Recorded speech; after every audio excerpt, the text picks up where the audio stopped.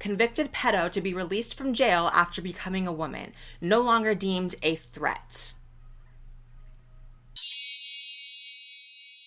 I'm just like, the absolute state of transgenderism in 2020. Like, I'm ready for a positive story again. Are there any more Nikki tutorials, positive stories coming out soon? Because I'm ready for that. I'm ready for that. I come to you today tired of doing these kinds of videos. If any trans YouTubers out there want to take over for me and do this, I would love to take my lunch at this particular point in time, because this video in particular, this story is just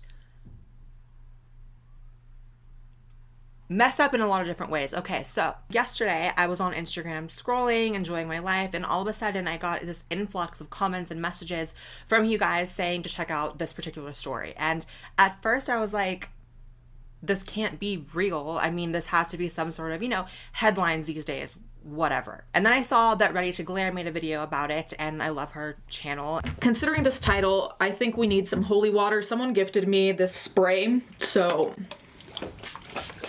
And one of the top comments was, Blaire's gonna be pissed about this. Blaire is pissed about this. Blaire is. I'm gonna read this headline to you. Convicted pedo to be released from jail after becoming a woman. No longer deemed a threat.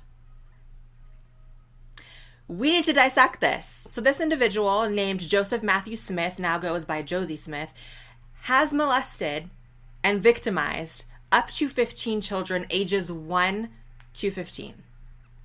Now, I don't even think we can wrap our head around that. I feel like this person's existence, has just left behind a trail of damage so large that it's almost immeasurable. So Josie was sent to prison in 2014, and then by 2017 began identifying as a woman and began hormone treatments. So that person was sent to prison and is now being released, get this, because they are identifying and transitioning into a woman.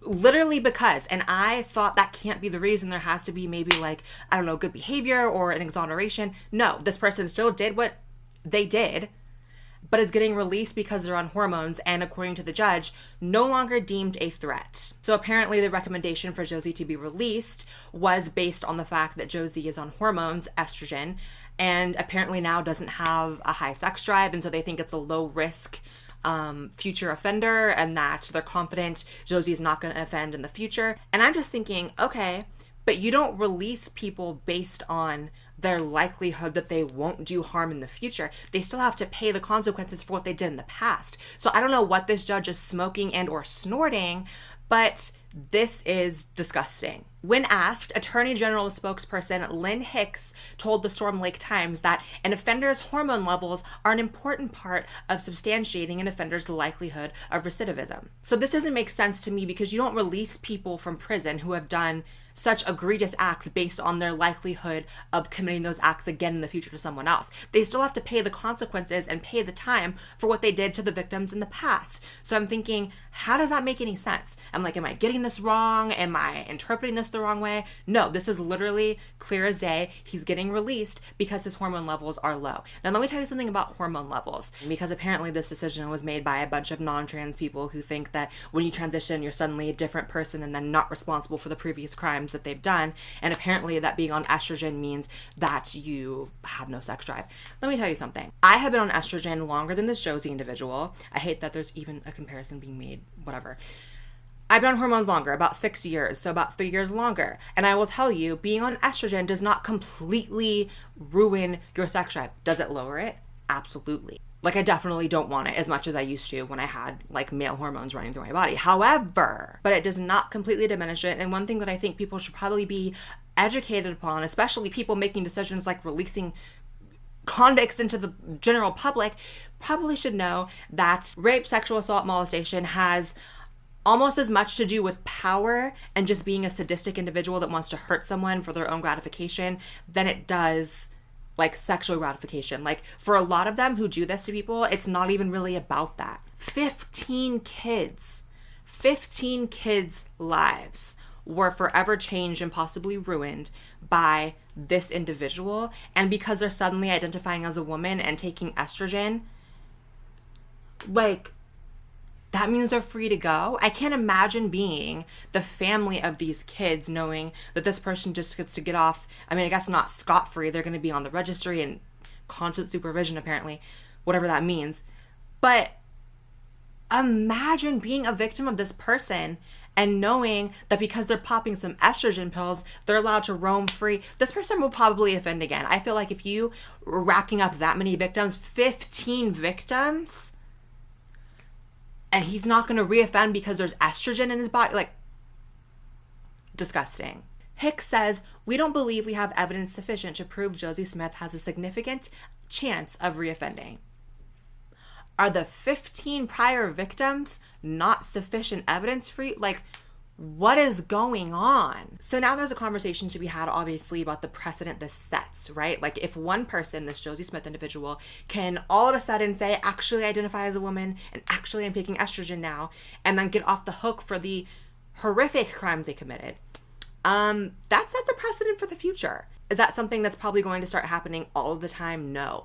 But now that the groundwork is laid and the law has said this is something that can happen, there's going to be more, and that's awful. I also wonder if this has something to do with it. Like, does the court system in Iowa think that women, like, can't be sex offenders or, like, can't victimize children in that way? Because there is this really messed up mindset that, like, women cannot be in that role, and they can. So even, like, if you believe that Josie Smith now is suddenly, like, a woman because Josie's on estrogen, which is a very low bar of entry, to be honest, that doesn't make Josie more innocent of a person. That doesn't make Josie less threatening of a person. That doesn't make Josie any less than a predator, period. I also want to address something I've gotten asked many times over the years, and I've never made a video about it because I just felt like, you know, it's kind of a topic that would probably just fit into another video. So this one, the topic of, should trans women be placed in men or women's prison? So here's my opinion. I feel that if a trans woman has had gender reassignment surgery,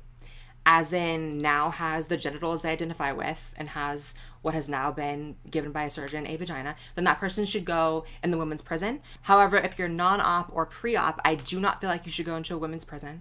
I feel like that's incredibly dangerous. I feel like you know what's going to happen. Like, you know what's going to happen. Even in men's prison, straight men engage with other straight men just because of the lack of women around. Like, that is a thing that happens. So you can only imagine what putting someone with male genitalia in a female prison is.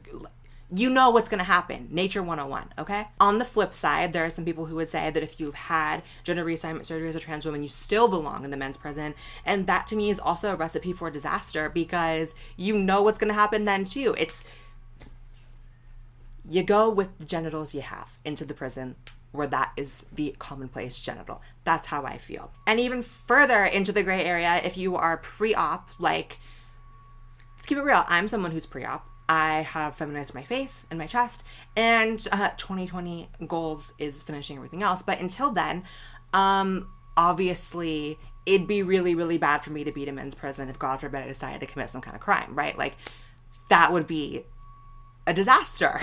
So in that case, I know that in a lot of prisons there are, like, LGBT wings where like high risk people, like very flamboyantly gay men or trans women, they are put there, and that's a good place for them, in my opinion. Let me know what you think. I know that's a very, like, we all have our opinions on that one. That's a very contentious one. So long story short, you guys, being transgender does not suddenly make you a new person and you get to erase the crimes of your past. That's not how it works. Being trans or being on a particular hormone does not erase anything you've ever done. And this is just a disgusting, offensive, like, horrific precedent being set. And I hope that, you know, those of you in the LGBT community like myself, speak out about this, because this could not be something that happens. Like, there are enough people trying to paint, like, the community as a community of predators, wrongfully so. Let's not give them a situation where they're rightful to assume that, right? Like, let's just not even go in that territory. If you like this video and listening to my loudmouth rant about stuff, there's more where that came from. There's an entire channel full of videos. Definitely hit the subscribe button now. You know you're going to watch 3-4 more videos anyways. You might as well hit subscribe now and join the family. Follow me on Instagram and Twitter. If you don't, you are seriously missing out. And of course, I'll see you guys in the next video. Bye!